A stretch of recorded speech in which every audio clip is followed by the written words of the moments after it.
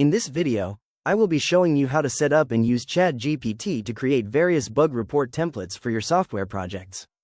Let's get started. I'm starting here on the ChatGPT home screen, and the first thing I want to do is set up a custom persona. I have a prompt ready in my notepad that tells ChatGPT to act as my personal bug report template creator. I'm pasting this into the chat box now. This initial message establishes that I need templates that are clear, structured, and practical for both technical and non-technical team members. Once I hit send, ChatGPT confirms it has saved this memory and is ready to generate the first template.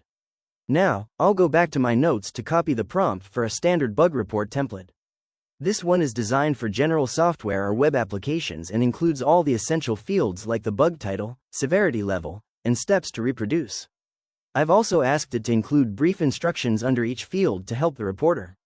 I'll paste that in, and you can see ChatGPT immediately begins building a comprehensive document. As I scroll down through the results, you can see how it organizes everything from expected behavior to environment details, making it very easy for a developer to understand the issue.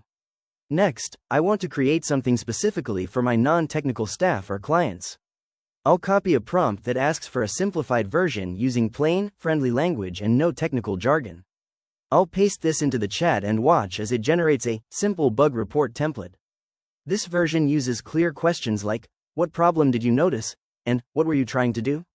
It's designed to be completed in under a minute while still providing enough context for the support team. For my developers and QA testers, I need something much more robust. I'm copying a prompt for an advanced template that includes technical sections for API responses, console logs, and database context. After pasting this, ChatGPT generates a highly detailed report that even includes priority levels and reproducibility categories. This is formatted perfectly for tools like Jira or Linear. I'm scrolling through the technical diagnostics and impact sections now, which look exactly like what a professional dev team needs. Finally, I'll create an email-specific template.